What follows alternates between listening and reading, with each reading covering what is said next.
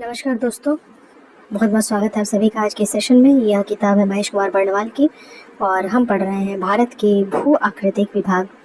काफ़ी महत्वपूर्ण है और किताब को किस तरीके से पढ़ना चाहिए और 2 से 3 मिनट में एक चैप्टर का रिवीजन कैसे होगा और बिना किसी नोट्स के चक्कर में परेशान हुए, कोचिंग के ऊपर बहुत ज़्यादा आश्रित हुए, हम किताब से घर बैठे कैसे पढ़ सकते हैं, यह उद्देश्य है इस किताब को पढ़ाने का।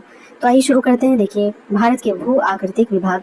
तो भारत विभिन्न भू आकृतियों वाला एक विशाल देश है। यहाँ पे अनेक प्रकार की भू आकृतियाँ पाई जाती हैं, जैसे कि पर्वत, पठार, मैदान और द्वीप समूह।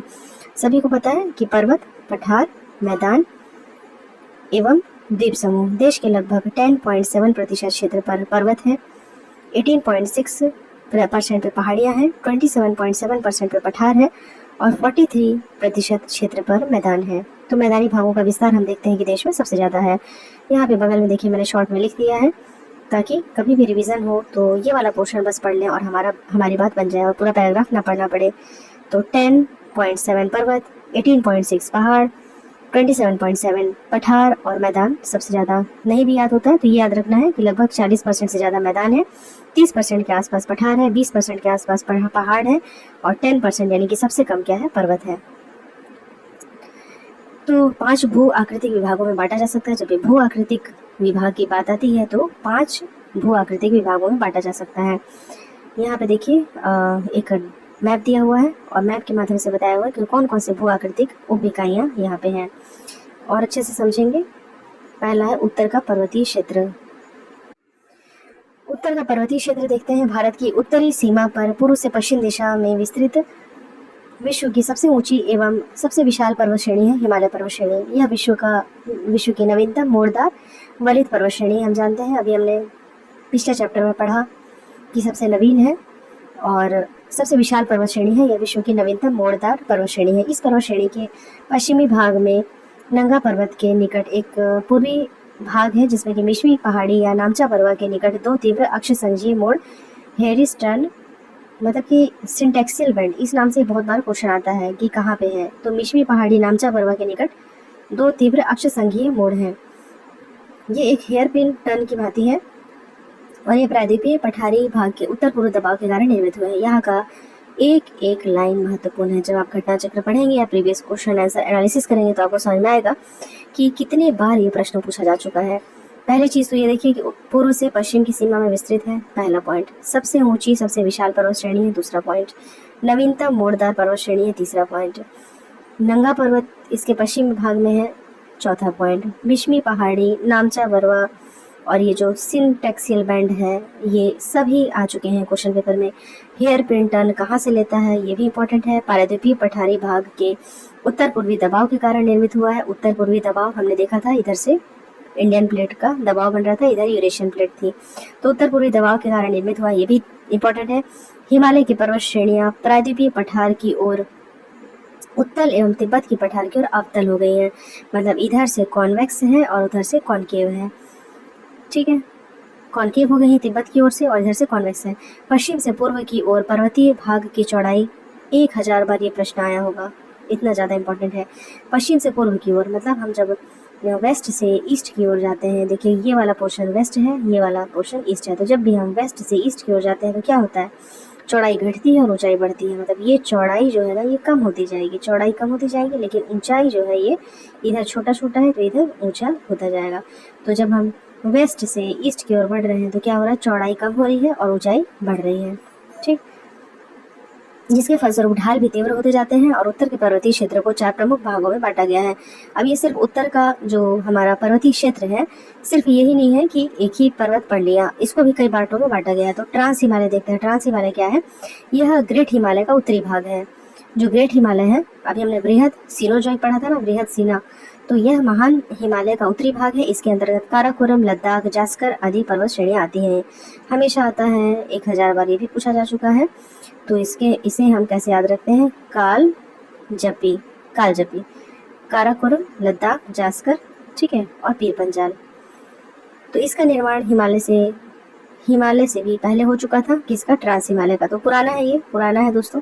यह मुख्यतः पश्चिमी हिमालय क्षेत्र में मिलता है और यहाँ पे K2 यानी कि गॉडविन ऑस्टिन, K2 यानी कि गॉडविन ऑस्टिन जो है 8611 मीटर 8611 मीटर। क्या है K2? काराकोरम श्रेणी की सर्वोच्च ऊंची चोटी है जो भारत की सबसे ऊंची चोटी है। काराकोरम श्रेणी को उच्च एशिया की क्या कहा जाता है?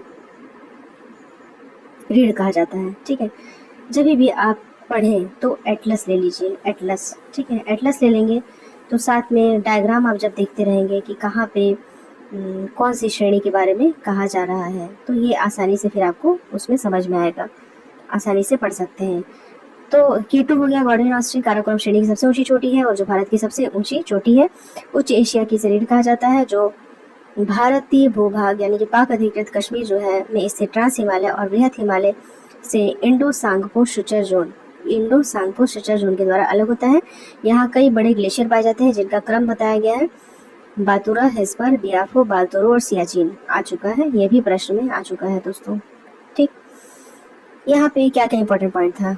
पहला तो ये था ट्रांस हिमालय में कालजपी वाला, दूसरा है K2 गॉडविन ऑस्ट्रिच वाला, तीसरा है ट्रांस हिमालय बृहद हिमालय किससे अलग होता है? तो इंडो सांगपो शुचर जोन। कैसे याद होगा? सब हमारा मिक्स हो जाता है एग्जाम में जाने के बाद, तो ऐसा पढ़िए कि पढ़ते पढ़ते ही आपको ये याद हो जाए। 3-4 बार तो पहले इसको देखिए क्या बोल रहा है, इंडो सांगपो शुचर जोन। सांगपो थोड़ा तिब्बतियन नाम लग रहा है, ठीक है, इंडिया आपका इंडियन नाम है तो तिब्बती मतलब थोड़ा ट्रांस हिमालय की तरफ है। सांगपो ट्रांस हिमालय बृहद हिमालय को अलग कर रहा है।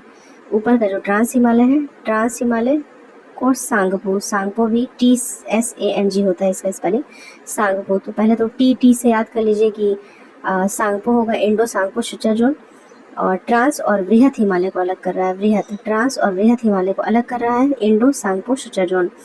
यहाँ कई बड़े ग्लेशियर पाए जाते हैं, इसका क्रम ये भी महत्वपूर्ण है, जिसमें कि बातुरा, हिस्पर, बियाफो, बाल्तोरो और सियाचिन। ये तो याद करना पड़ेगा, रखने वाली चीज़ है। ठीक है, तो इसको पश्चिम से पूर्व की ओर क्रम करते हुए याद कर लेना है कि सबसे पहले बातुरा है, बात करना है, फिर विस्पर करना है धीरे से आवाज़, बियाफो, बाल्तोरो, फिर सियाचिन। कुछ भी कहानी बना करके इसको याद कर लीजिए। ठीक है, अब आता है देखिए भारत का ये भौतिक ये संरचना है।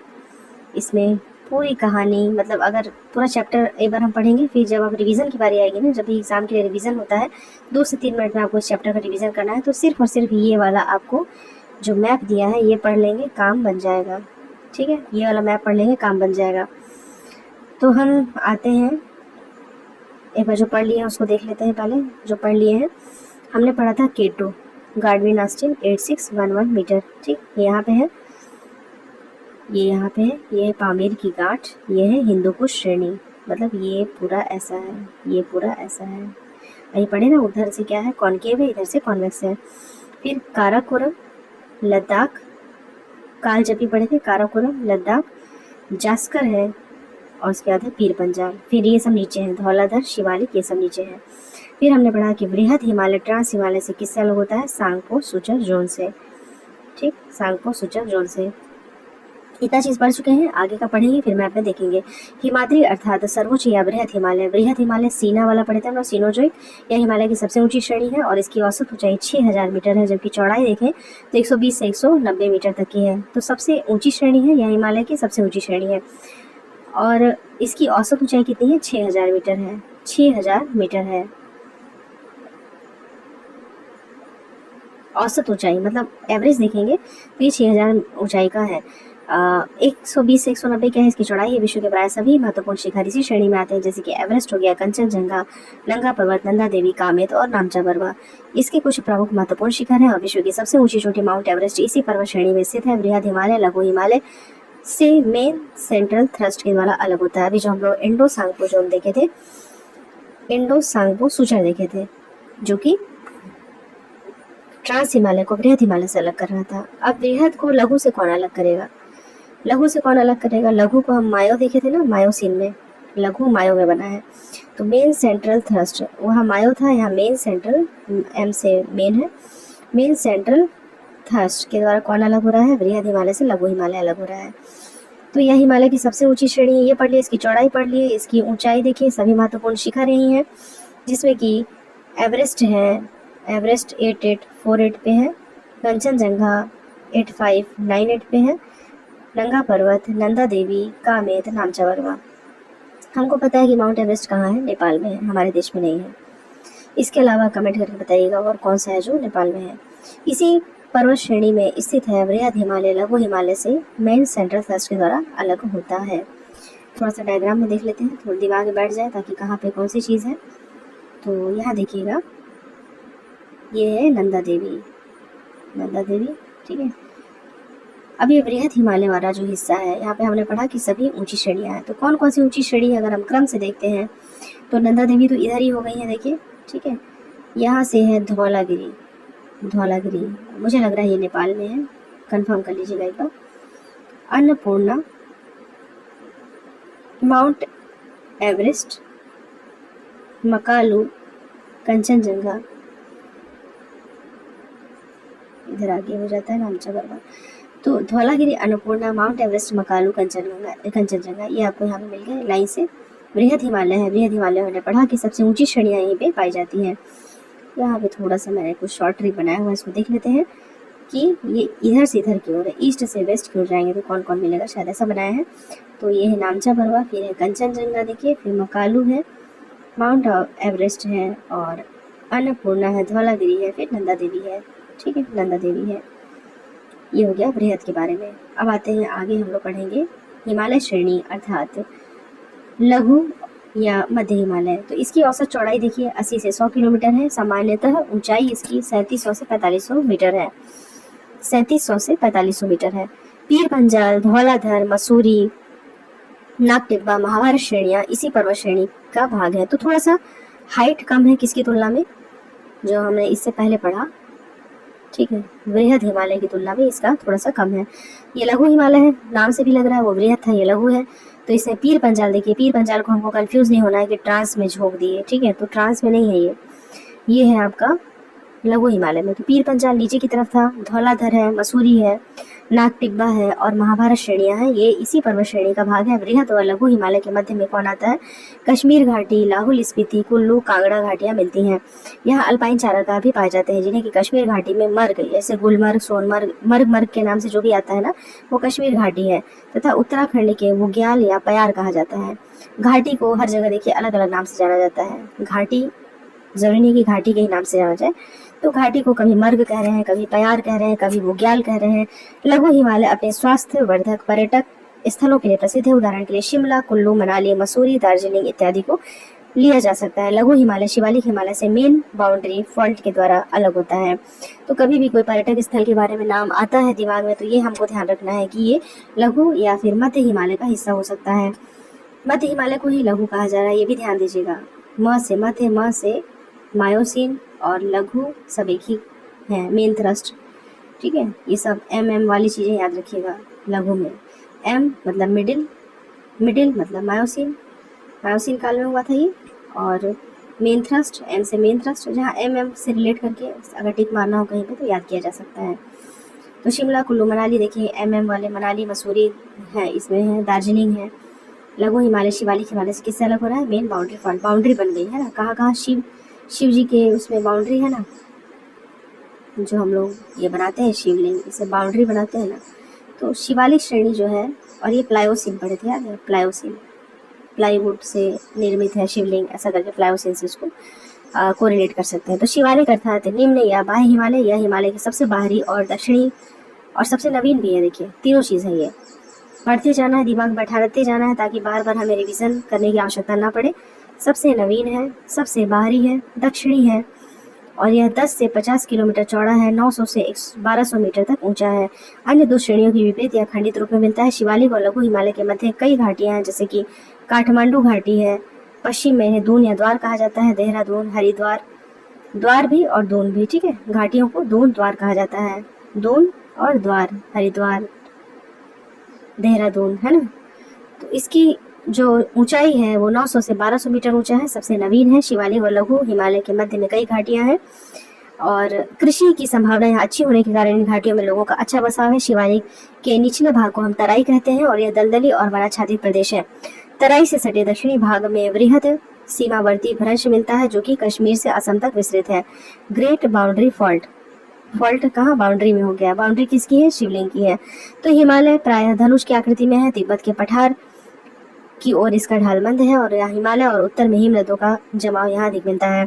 जहाँ पश्चिमी हिमालय क्रमिक श्रृंखलाओं में ऊंचाई प्राप्त करता है, वहीं पूर्वी हिमालय अचानक काफी ऊंचाई को प्राप्त कर लेता है। यहाँ प्रायद्वीपीय प्रखंड में निकली हुई चट्टानी जीवाओं, पश्चिम में अरावली पर्वत और पूर्व मेघालय के पठार के दबाव में एक ऐसे तीखे अक्ष संघीय मोड़ मिलते हैं जैसे कि चट्टानी समूह एक धुरी की ओर मोड़ दिए गए हों। अतः यह मोड़ हिमालय की अंतिम सीमा नहीं है, बल्कि सिंधु नदी की दूसरी ओर स्थित सुलेमान, किरथर आदि दिहांग राज्य के पर्वत जैसे कि अरकानियोमा और उत्तर पूर्वी पर्वतीय क्षेत्र आदि में हिमालय के ही अंग हैं। हिमालय के उत्तर पश्चिमी और उत्तर पूर्वी छोरों में ये सिंधु और दिहांग के गार्ज मिलते हैं। अब देखिए क्या क्या कह गया ये पैराग्राफ, ठीक है। पहला तो धनुष की आकृति क्लियर है। तिब्बत के पठार की ओर ढाल मंद है, क्योंकि हम उधर जाते हैं जब हम उत्तर की ओर जा रहे हैं, तिब्बत के पठार की ओर, तो इसका क्या है, ढाल मंद है। अतः हिमालय में उत्तर में हिम नदों का जमाव अधिक मिलता है। जब देखिए ढाल रहेगा, कॉनकेव संरचना है, तो कॉनकेव संरचना में क्या होगा, हिमनद का जमाव अधिक मिलेगा। वहाँ पे उसको जगह मिल गई, स्पेस मिल गया है, तो हिमनद वहाँ पे अच्छे से लोकेट हो जाते हैं। जहाँ पश्चिमी हिमालय क्रमिक श्रृंखलाओं में ऊंचाई प्राप्त करता है, देखिए वेस्ट हिमालय में हम देख रहे हैं कि ऊंचाई प्राप्त कर रहा है, वहीं पूर्वी हिमालय में क्या होता है, काफी ऊंचाई को प्राप्त कर लेता है। और यहाँ प्रायद्वीपीय प्रखंड में जो निकली चट्टानी जीवाएं होती हैं, जैसे कि पश्चिमी अरावली पर्वत है और पूर्व में मेघालय का पठार है, तो उसके दबाव में क्या होता है, यहाँ पे ये अक्ष संघीय मोड़ बनता है, जो हेयर पिन टाइप का स्ट्रक्चर, सिंटेक्सियल मोड़ हम पढ़े थे, जैसे चट्टानी समूह एक धुरी पर मोड़ दिए जाते हैं। अतः यह मोड़ हिमालय की अंतिम सीमा नहीं है, बल्कि ये अंतिम सीमा नहीं है कि मुड़ गया तो अंतिम सीमा है। तो इसके पार भी हम देखते हैं कि सुलेमान, किरथर और दिहांग गॉर्ज के पर्वत जैसे कि अरकानियोमा उधर हम म्यांमार में चले जाएंगे तो भी इसका क्या है, विस्तार है। उत्तर पूर्वी पर्वतीय क्षेत्र आदि भी हिमालय के ही अंग हैं। तो उत्तर पूर्वी जो पर्वतीय क्षेत्र है उसको भी हम हिमालय का अंग मानते हैं। हिमालय क्षेत्र में काराकोरम, शिपकिला, नाथुला और बोमटिला आदि अनेक दर्रे भी मिलते हैं। एटलस ले लेना है दोस्तों, एटलस के बिना याद नहीं होगा। जो कई बार पढ़ चुका है उसे तो ध्यान में आ रहा होगा, लेकिन जो 2-3 बार ही पढ़े हैं उनके दिमाग से स्किप हो जाएगा। तो हिमालय क्षेत्र में काराकोरम, शिपकिला, नाथुला, बोमटिला आदि अनेक दर्रे मिलते हैं। लद्दाख में स्थित काराकोरम दर्रा भारत के सबसे ऊंचे दर्रों में से एक है। यहाँ से चीन की ओर जाने वाली एक सड़क भी बनाई जा रही है। कौन सा, काराकोरम दर्रा, देखिए कहाँ है, लद्दाख में है। लाल काला सब एक साथ है, काराकोरम लद्दाख में है, ठीक है। यहाँ से चीन की ओर जाने वाली एक सड़क भी बनाई जा रही है। बुर्जिल दर्रा श्रीनगर से गिलगित को जोड़ता है। अब ये जोड़ने वाला क्वेश्चन जो है कई बार एग्जाम में आ चुका है। अब इसको कैसे याद करना है, या तो इसको ट्रिक बनाइए या फिर रट के याद करिए, या जैसे भी याद करना है। बुर्जिल दर्रा, ठीक है। देखिए जो बुजदिल होता है, कमजोर होता है, वो क्या करता है, गिड़गिड़ाता है, ठीक है। गिड़गिड़ाता है किसके सामने, जो नगर के श्री होते हैं, मतलब जो शहर के राजा हैं। तो गिलगित और श्रीनगर को रिलेट करना है बुर्जिल से। तो जो बुजदिल है वो गिड़गिड़ाता है किससे, नगर के जो प्रमुख हैं, श्री हैं। तो इस तरीके से इसको याद कर सकते हैं। मैंने इसको कई बार याद किया है दोस्तों, लेकिन हम ना भूल जाते हैं, इसलिए ये ट्रिक वगैरह जो है ना, मतलब किसी भी तरीके से कोरिलेट करिए। कोई कहानी बनाइए, पिक्टोरियल इमेज बनाइए, डायग्राम में पढ़िए, कुछ भी बनाइए। आप दर्रे को याद करेंगे तो जब भी बुर्जिल दर्रे का नाम आएगा, ये दर्रा श्रीनगर को जोड़ता है आपका गिलगित से, ठीक है, गिलगित से जोड़ता है। फिर आपका जोजिला दर्रा है, देखिए जोजिला, जैसे ये जास्कर श्रेणी में है, ये याद रखना है। यह श्रीनगर से लेह को जोड़ रहा है, देखिए जोजिला, ठीक है। उसको कैसे याद रखेंगे, जोजिला का दर्रा है, जोजिला। तो जोजिला कहाँ रहेगा, जास्कर में रहेगा, जास्कर श्रेणी में स्थित रहेगा। जोड़ किसको रहा है, ये भी श्री ही है महोदय, ठीक है, श्री ही है और थोड़ा लेजी है। जोजिला जो जिले में ही बैठे रहते हैं, कहीं आते जाते नहीं है, ठीक है, जिले में ही, मुख्यालय में ही बैठे रहते हैं, कहीं आते जाते नहीं है। तो जोजिला ये भी एक श्री है और लेजी है लेह, तो श्री को लेह से जोड़ता है जोजिला दर्रा। अभी थोड़ा फनी लगेगा, लेकिन जब आपको एग्जाम में याद आएगा तो समझ में आएगा कि इसका महत्व कितना है, एकदम कन्फ्यूजन हो जाता है।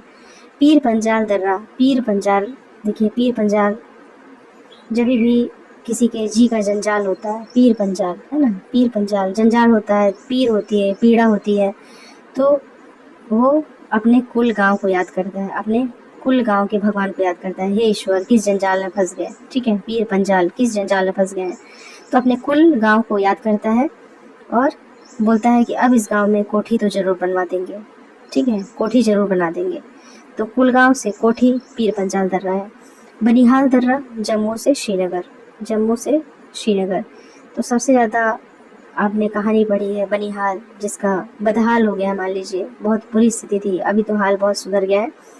जम्मू श्रीनगर, फिर श्री आ गए हैं लेकिन जम्मू के साथ आ गए हैं, तो ये है बनिहाल। मतलब जब भी श्रीनगर जम्मू के साथ आ जाएंगे तो हाल जो है बदहाल हो जाएगा। बनिहाल दर्रा, बनिहाल दर्रा। श्री के साथ तो बहुत टेंशन है। देखिए श्रीनगर मतलब श्री एक बार श्री के सामने गिड़गिड़ा रहे हैं बुर्जिल के पास। श्री के साथ श्री जो है लेजी है, कहाँ, पीर पंजाल, सॉरी जास्कर में था ना, जास्कर श्रेणी में जोजिला दर्रा था। जोजिला जिले में ही बैठे रहते हैं, लेजी कहीं जाते नहीं, तो जोजिला हो गया।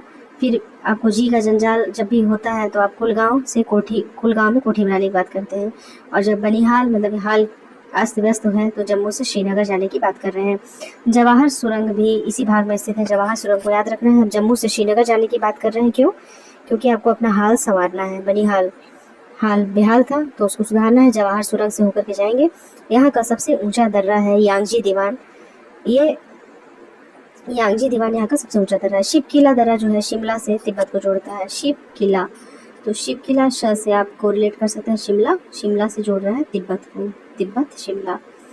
बड़ा लाचला दर्रा, बड़ा लाचला मंडी से ले है जाने वाला। यहाँ पूरा याद करने वाली बात है, रटने वाली बात है सारी। 1 2 3 4 शिव किला, 5 बड़ा लाचला मंडी से ले, यांगला माना नीति लिपुलेख दर्रा उत्तराखंड की कुमाऊं श्रेणी में, ये भी इम्पोर्टेंट है। मानसरोवर झील व कैलाश की घाटी के मार्ग में लिपुलेख दर्रे से होकर गुजरता है, ये भी इम्पोर्टेंट है। सिक्किम में नाथुला है। और अब इसको कैसे याद करेंगे, यहाँ पे देखिए ना, बड़ा लाचाला, बड़ा लाचाला दर्रा है, बड़ा है, लाचार है, ठीक है। बड़ा लाचाला मंडी, पहले तो लेजीनेस को आपको दूर करना पड़ेगा। अगर लाचारी दूर करनी है, वो श्री जी थे ना जो कि नगर के श्री थे और लेजी थे, कहीं जाते नहीं थे, जिला में ही बैठे रहते थे। तो लेजी को अगर आपको लेजीनेस को दूर करना है, ठीक है, बड़ी लाचारी में बैठे हुए थे, तो लाचारी से दूर करने के लिए इनको लेजीनेस को ख़त्म करना पड़ा और मंडी जाना पड़ा, ठीक है। मंडी जा करके तो बड़ा लाचाला, बड़ा लाचाला, लाचारी को आपको दूर करनी है, बड़ी लाचारी को, तो मंडी जाना ही पड़ेगा, लेजीनेस को हटाना पड़ेगा। तो ले से मंडी, बड़ा लाचाला। और थांगला माना नीति लिपुलेख, ये जितने भी नाम है ना, ये सब उत्तराखंड की कुमायूं श्रेणी में है। तो उत्तराखंड में लिति माना, यांगला, थांगला, सॉरी, लिपुलेख दर्रा, ये सब याद रखना है।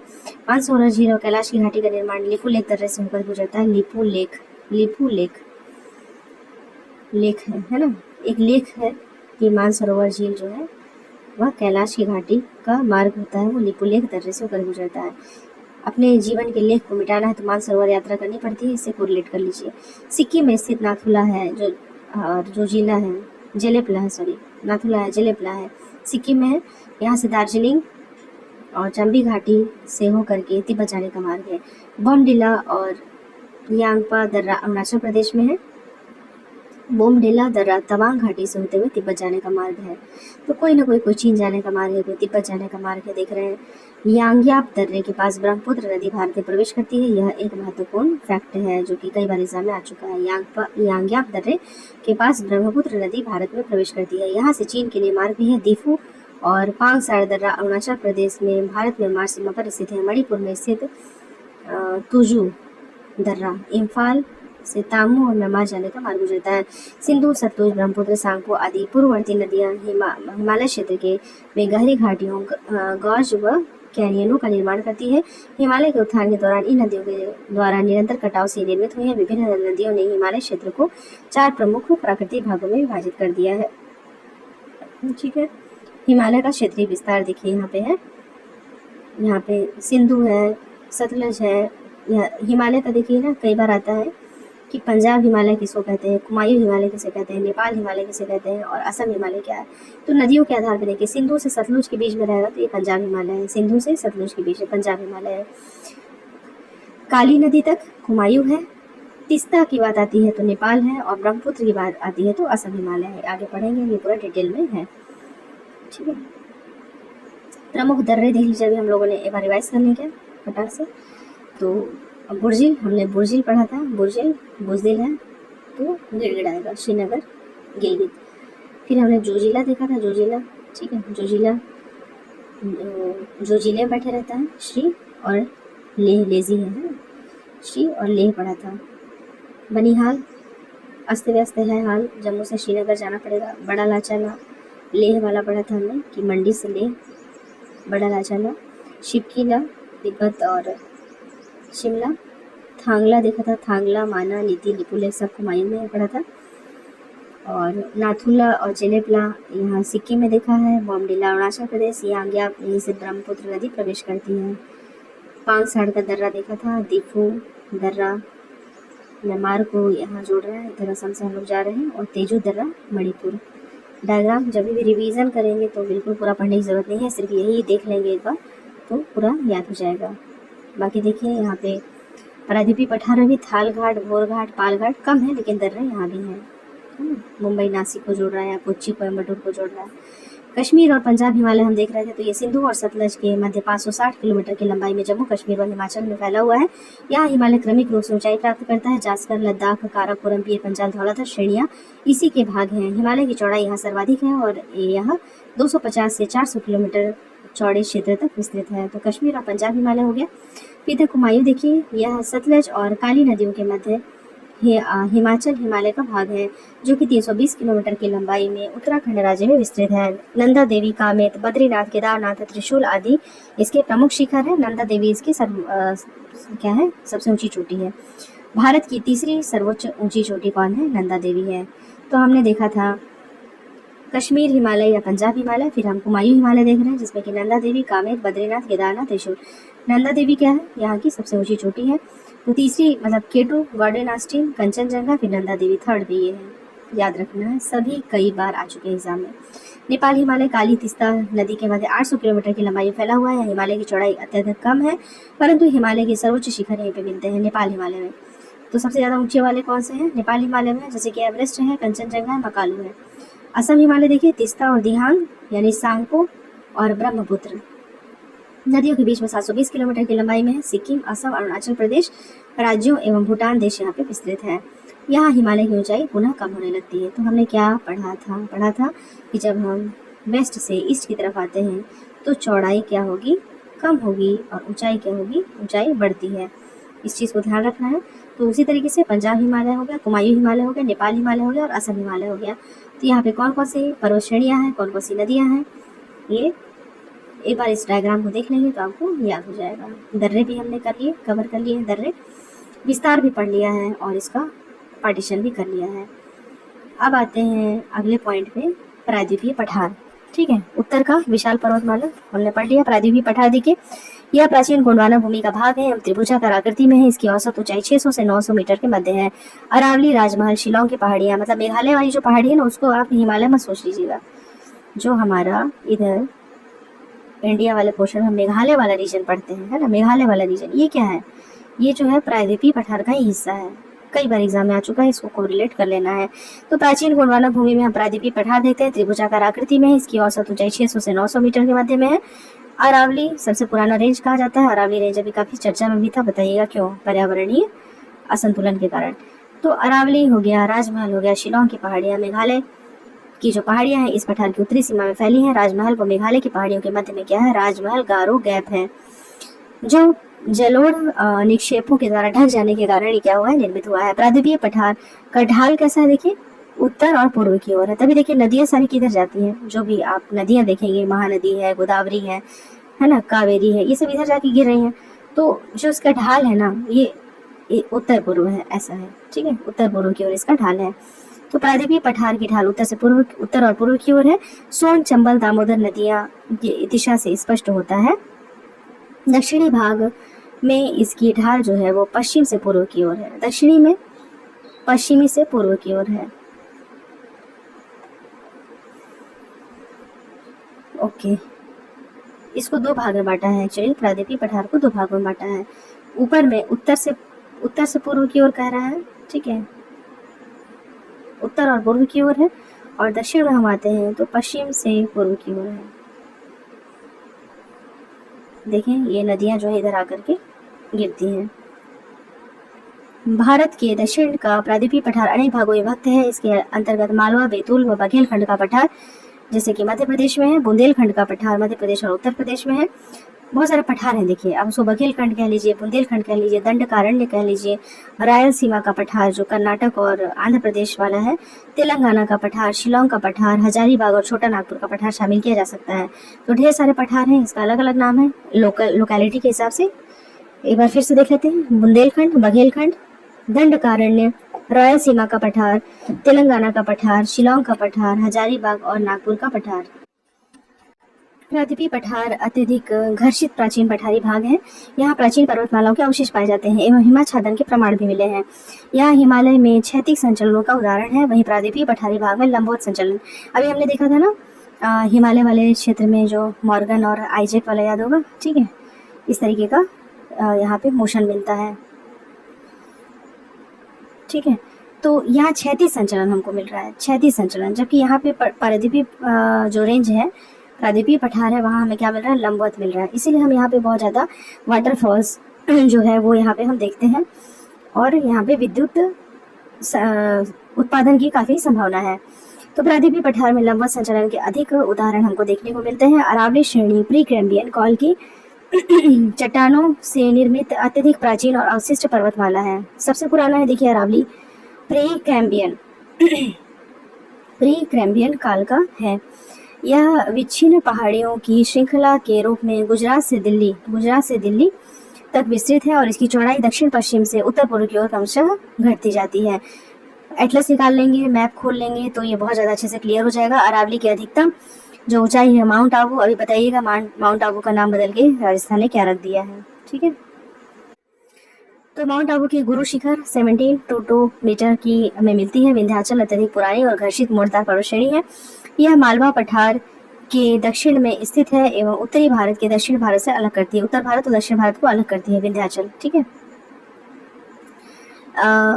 घर्षित मोड़दार पर्वत श्रेणी है, मालवा पठार के दक्षिण में स्थित है। देखिए मालवा के दक्षिण में है और उत्तरी भारत को दक्षिण भारत से अलग करती है। इसकी औसत ऊंचाई कितनी है, 700 से 1200 मीटर है।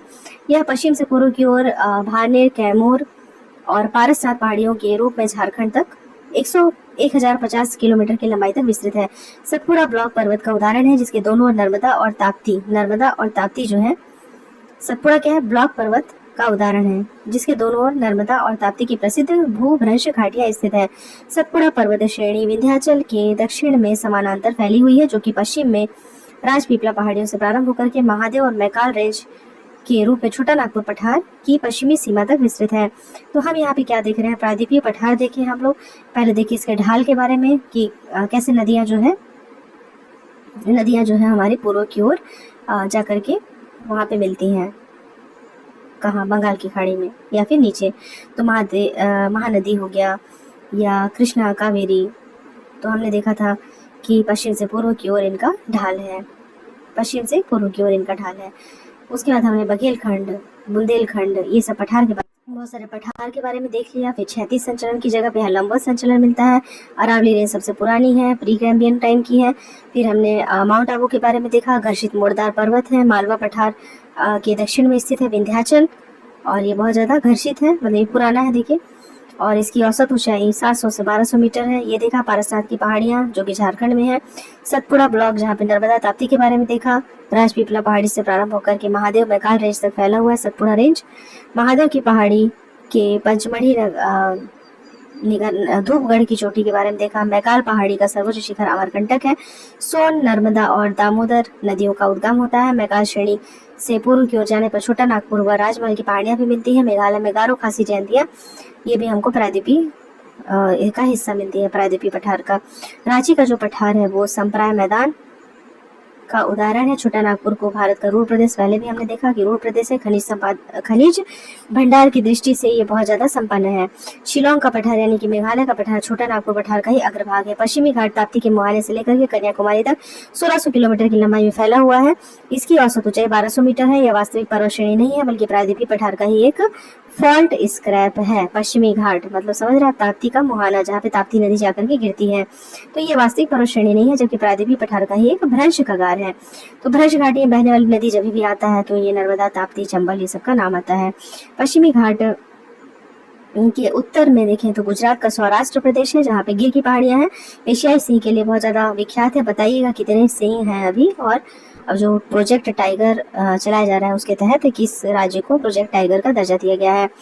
ताप्ती से 16 डिग्री नॉर्थ अक्षांश तक बेसाल्ट लावा का प्रवाह मिलता है, और 16 डिग्री नॉर्थ से पश्चिमी घाट के दक्षिण भाग में स्थित नीलगिरी तक इसमें ग्रेनाइट और नीस की चट्टानें मिलती है। नीलगिरी तक क्या मिल रहा है? ग्रेनाइट और नीस। ग्रेनाइट नीस किसका भाग था? आधा कवि में आर्कियन का भाग था। आधा कवि मतलब आर्कियन, धारवाड़, कोडप्पा, विंध्यन और फिर गोंडवाना। बाल घाट, भोर घाट, पाल घाट पश्चिमी घाट के प्रमुख दर्रे हैं, जिसकी ऊंचाई 581 मीटर, 229 मीटर और 300 है। तो महाराष्ट्र में देखेंगे कि उत्तर सह्याद्री में थाल घाट का दर्रा है, जो कि मुंबई, नागपुर, कोलकाता रेल मार्ग और सड़क मार्ग गुजरता है। भोर घाट जो है वो महाराष्ट्र में उत्तरी सह्याद्री, सह्याद्री किसको कह रहे हैं हम? सह्याद्री रेंज, वो महाराष्ट्र वाला जो है वो है। पुणे, मुंबई, पुणे, बेलगांव, चेन्नई रेल मार्ग व सड़क मार्ग इसी से होकर के गुजरता है। नीलगिरी और अन्नामलाई श्रेणियों के बीच में केरल में पाल घाट दर्रा है। कई बार क्वेश्चन में आ चुका है नीलगिरी और अन्नामलाई वाला पाल घाट दर्रा। यहाँ पे कालीकट, त्रिचूर, कोयम्बटूर, इरोड की रेल व सड़क मार्ग गुजरती है। उत्तरी सह्याद्री की सबसे ऊंची चोटी है कलसुबाई, और महाबलेश्वर भी इसकी एक प्रमुख चोटी है। कृष्णा नदी का उद्गम अगर आप देखेंगे तो कृष्णा नदी का उद्गम स्थल है महाबलेश्वर। ठीक है। नीलगिरी की अधिकतम ऊंचाई दोद्दा बेटा में है, और कई बार क्वेश्चन में आ चुका है। प्रसिद्ध पर्यटक स्थल ऊटक मंडक यानी कि ऊटी नीलगिरी में स्थित है, और नीलगिरी के दक्षिण में अन्नामलाई की पहाड़ी है। इसका रेंज वो पूछने का आता है क्रम, जैसे अन्नामलाई, नल्ला मल्ला, अनाईमुड़ी, है ना। तो नीलगिरी के दक्षिण में अन्नामलाई की पहाड़ियां फैली है, जिसकी सर्वाधिक ऊंची चोटी अनाईमुड़ी है। यह पश्चिमी घाट व संपूर्ण दक्षिण भारत का सर्वोच्च शिखर है। अनाईमुड़ी के निकट पालनी हिल्स और कार्डेमम की पहाड़ियां मिलती हैं, जिसे इलायची की पहाड़ियां कहा जाता है। अनाईमुड़ी शेनकोटा गैप जो है वो कार्डेमम पहाड़ियों में स्थित है। प्रसिद्ध पर्यटक स्थल कोडाईकनाल और पालनी हिल्स। आप देखे होंगे जो भी पर्यटक जाते हैं तो उनका डेस्टिनेशन होता है कोडाईकनाल और पालनी हिल्स। ये कहाँ है? तमिलनाडु राज्य में स्थित है। ये सारी चीजें जो हमने पढ़ी हैं कई बार आप पढ़ लीजिए, लेकिन याद कैसे होगा? ये याद होगा मैप में देखने से। बिना मैप देखे आपको ये याद नहीं होने वाला। या तो एटलस देख लीजिए, या फिर जो इसमें बना हुआ मैप होगा, इसमें तो दिख नहीं रहा है। ठीक है। जब आप पूरा एक एक लाइन से देखेंगे ना कि ऊपर से नीचे की तरफ कहाँ पाल घाट है, कहाँ भोर घाट है, कहाँ बाल घाट है, और फिर महाबलेश्वर की पहाड़ी कहाँ है, कहाँ से कृष्णा नदी निकली होगी। ठीक है। नीलगिरी देख रहे हैं तो नीलगिरी में देखिए अनाईमुड़ी कहाँ पे, ऊटी कहाँ है, पालनी कार्डेमम की हिल्स कहाँ पे हैं। ये देखने से आपको तुरंत याद हो जाएगा। अब पश्चिमी घाट हो गया। पूर्वी घाट की ओर देखते हैं तो श्रृंखलाबद्ध रूप में ये नहीं मिलता, क्योंकि महानदी, गोदावरी, कृष्णा, कावेरी आदि नदियां इसे जगह जगह से काट देती हैं, क्योंकि उन्हें गिरना है बंगाल की खाड़ी में, तो वो क्या करती हैं? वहाँ पे काट देती हैं इन घाटों को। तो पूर्वी घाट की सबसे ऊंची चोटी हम देखते हैं तो उड़ीसा की अरमाकुंडा, विशाखापट्टनम चोटी है। पूर्वी घाट का सबसे उत्तरी भाग हम देखेंगे तो उत्तरी पहाड़ी, उत्तरी सरकार कहा जाता है जिसे। मध्य में कोडप्पा पहाड़ी है, और दक्षिण में तमिलनाडु की पहाड़ी है। क्या है सबसे ऊपर? उत्तरी सरकार, कोडप्पा पहाड़ी, और दक्षिण में तमिलनाडु की पहाड़ी के नाम से जाना जाता है। अब यहाँ देखिए ये क्रम आता है नल्ला मल्ला, एर्रा मल्ला, वेलिकोंडा, पालकोंडा।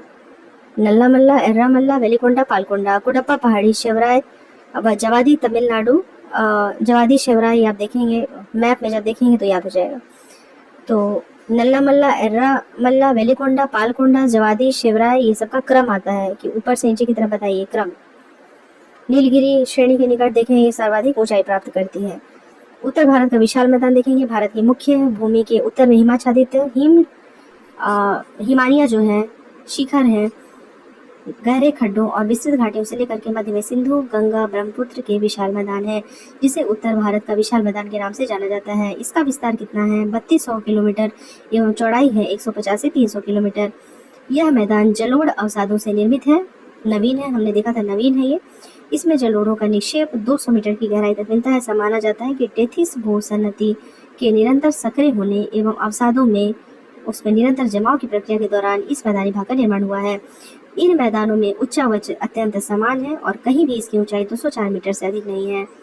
अंबाला के आसपास की भूमि इस मैदान में जल विभाजक का कार्य करती है, क्योंकि इसके पूर्व की नदियां बंगाल की खाड़ी एवं पश्चिम की नदियां अरब सागर में गिरती हैं। तो जल विभाजक का कार्य अंबाला के आसपास हो रहा है।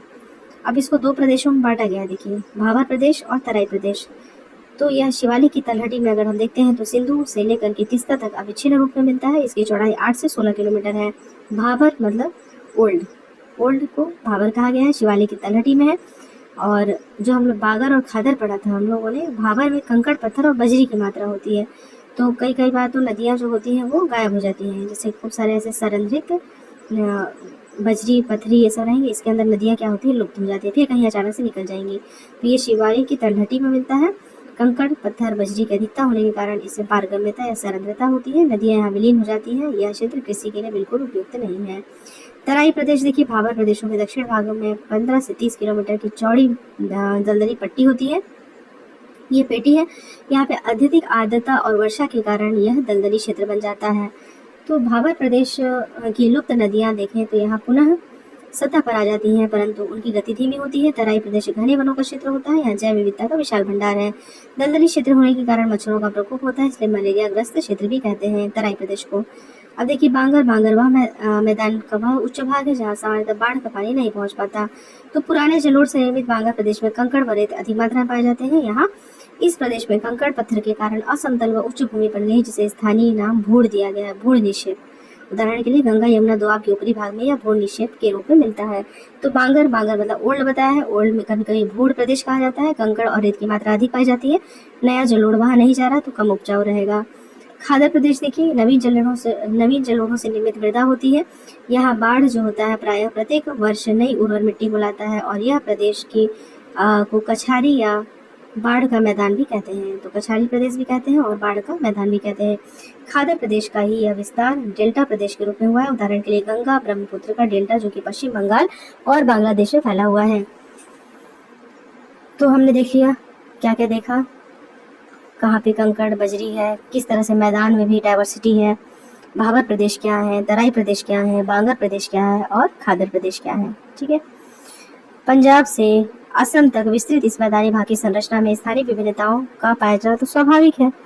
तो पंजाब के पश्चिम में यह मैदान मुख्यतः बांगर से निर्मित है। पश्चिम में सप्त सिंधु प्रदेश, जहाँ पे प्राचीन कालों ने आर्यों ने अपनी पहली बस्ती बसाई थी। सप्त सिंधु प्रदेश, सप्त सैंधव याद होगा।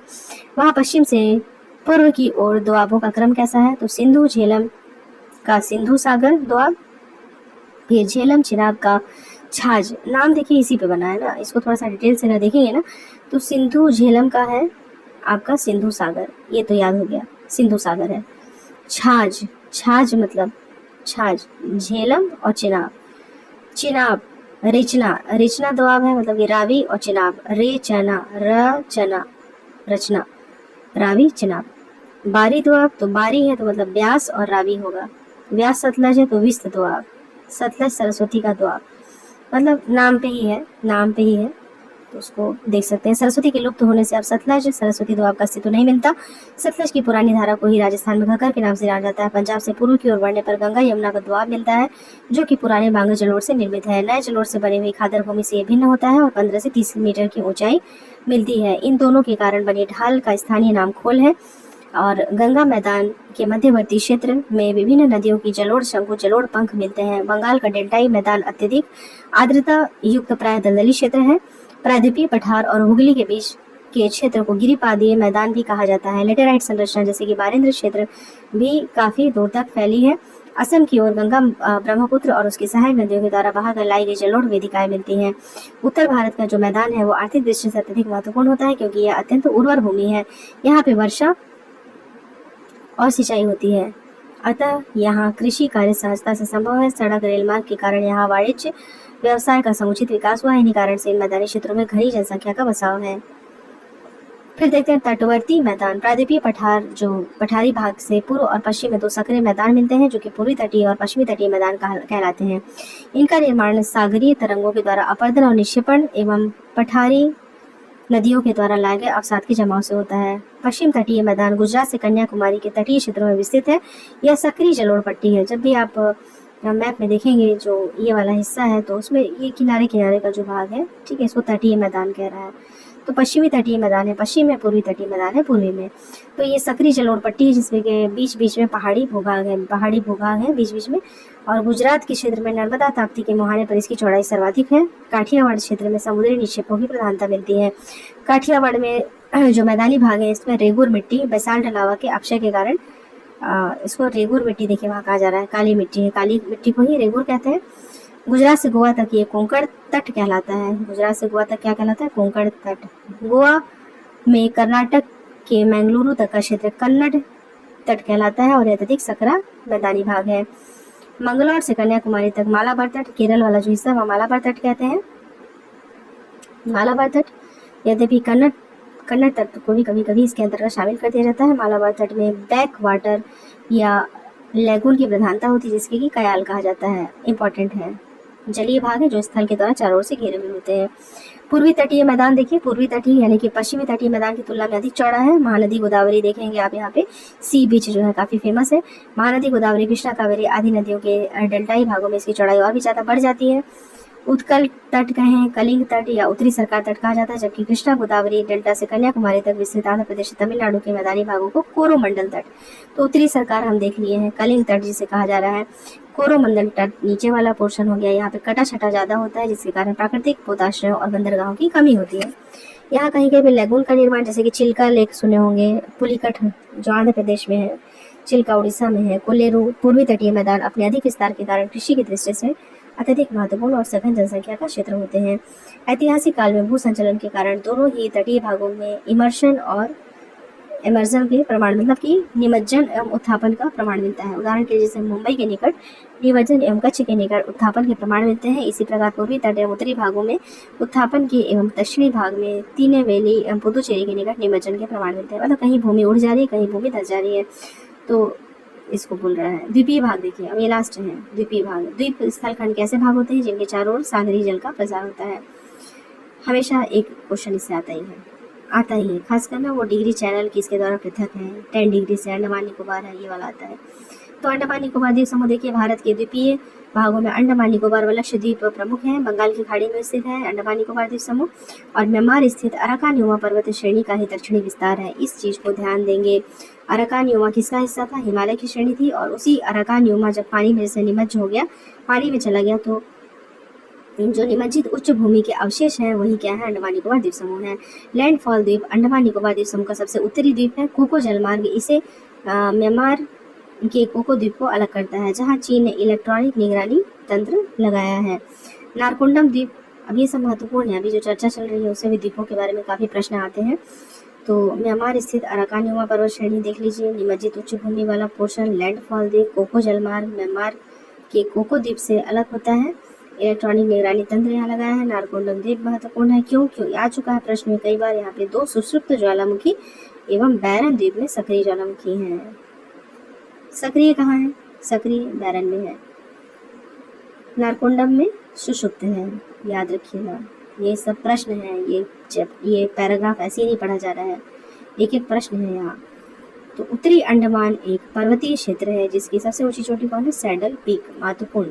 यहाँ सदा हरित वनों का क्षेत्र है। मध्य अंडमान अंडमान निकोबार का सबसे बड़ा द्वीप है, तो मध्य वाला मिडिल अंडमान सबसे बड़ा है, ठीक है। सबसे बड़ा कौन है? मिडिल अंडमान। राजधानी कौन है? पोर्ट ब्लेयर है। प्रसिद्ध सेलुलर जेल दक्षिण अंडमान में है। माउंट हैरियट और हेवलॉक यहाँ के प्रमुख अन्य द्वीप हैं। यहाँ राष्ट्रीय पार्क भी है।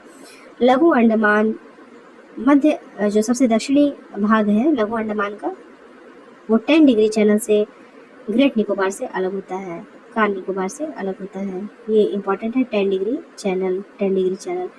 फोटो में देखिए, फोटो में एक बार देख लेंगे याद हो जाएगा। देखिए यहाँ पे क्या है, ये है मिनिकॉय द्वीप, मिनिकॉय द्वीप है। यहाँ पे है मालदीव, तो मालदीव और मिनिकॉय 8 डिग्री चैनल से अलग होते हैं। वहीं लक्षद्वीप और मिनिकॉय 9 डिग्री चैनल से अलग होते हैं, और अंडमान और निकोबार 10 डिग्री चैनल से अलग होते हैं। तो 8 डिग्री चैनल, 9 डिग्री चैनल और 10 डिग्री चैनल। कभी नींद में भी कोई पूछे तो आना चाहिए मालदीव, मिनिकॉय और लक्षद्वीप का नाम, और अंडमान निकोबार 10 डिग्री, ये बिल्कुल भूलना ही नहीं है। तो इंदिरा पॉइंट कहाँ था? अंडमान निकोबार का दक्षिणतम द्वीप था, नानकारी निकोबार द्वीप। लक्षद्वीप में देखिए अरब सागर में स्थित है लक्षद्वीप समूह। प्रवाल वो किससे बना था? अराकान-योमा वाला जब पानी में चला गया था। यहाँ प्रवाल भित्ति प्रवाल निर्मित द्वीपों का उदाहरण है। ये द्वीप अंतः सागरीय चबूतरे पर चूने पर निर्वाह करने वाले मूंगा जीवों के अस्थि पंजरों से निर्मित होते हैं। काफी ज्यादा महत्वपूर्ण है कि ये मूंगा जीवों से बन रहे हैं, अस्थि पंजरों से निर्मित हो रहे हैं और 36 द्वीप हैं इसमें, जिसमें से 11 में मानव अधिवास है। काफ़ी महत्वपूर्ण है। कितने हैं? 36। लक्षद्वीप में 36 है। मूंगा जीव, ठीक है, इसके अस्थि पंजरों से निर्मित होते हैं, ये इंपॉर्टेंट है। लक्षद्वीप का सबसे बड़ा द्वीप है अंद्रोथ द्वीप। अमीन दीवी लक्षद्वीप का सबसे बड़ा द्वीप समूह है। सबसे बड़ा द्वीप समूह कौन? अमीन दीवी। कावारत्ती द्वीप समूह लक्षद्वीप की राजधानी है, कावारत्ती द्वीप। यह मिनिकॉय द्वीप से 9 डिग्री चैनल से अलग होता है। मिनिकॉय 8 डिग्री चैनल से मालदीव से अलग होता है। मूंगा चट्टानों से निर्मित ये द्वीप जैव विविधता के विशाल भंडार हैं। कोरल रीफ्स के क्या है? ये भंडार है। और अभी पर्यावरण प्रदूषण के कारण काफ़ी विरंजन, मतलब इनका डिकलरेशन, काफ़ी चीज़ें मिल रही थी। तो ये हो गया द्वीप। इस तरह से ये चैप्टर हमारे यहाँ पे समाप्त होता है। एक दो बार और अगर सुन लेंगे, वीडियो ऑडियो करके समझ लेंगे, तो भारत के भू आकृतिक विभाग आपको क्लियर हो जाएगा। 5 भागों में हमने पढ़ा था और ये सारे 5 भाग हम कवर कर चुके हैं। तो आशा करते हैं आप लोगों को अच्छा लगा होगा। एक दो बार और रिवाइज करेंगे तो अच्छे से याद हो जाएगा। किताब को किस तरीके से पढ़ना चाहिए और कब समय में रिवाइज कैसे करना चाहिए। एक बार जितना पढ़ने में समय लगता है उतना ही समय रिवीजन में नहीं लगता। आप चाहेंगे तो 2 से 3 मिनट में इस पूरे चैप्टर को रिवाइज कर सकते हैं। तो एक किताब से पढ़िए, किताब में अंडरलाइन करिए, किनारे लिखिए। नोट्स बनाने की आवश्यकता कभी नहीं पड़ेगी। डायग्राम एटलस देखते जाएंगे और साथ में प्रैक्टिस करते जाएंगे तो फिर ये बहुत ज़्यादा आसान हो जाता है। तो किस तरीके से किताब से पढ़ाई करना है और ये लाभदायक सिद्ध हो सकता है, ये बताने का प्रयास किया जा रहा है दोस्तों। अगर प्रयास आपको अच्छा लगे तो कमेंट करके बताइएगा और हमारे साथ जुड़े रहिएगा। धन्यवाद, नमस्कार।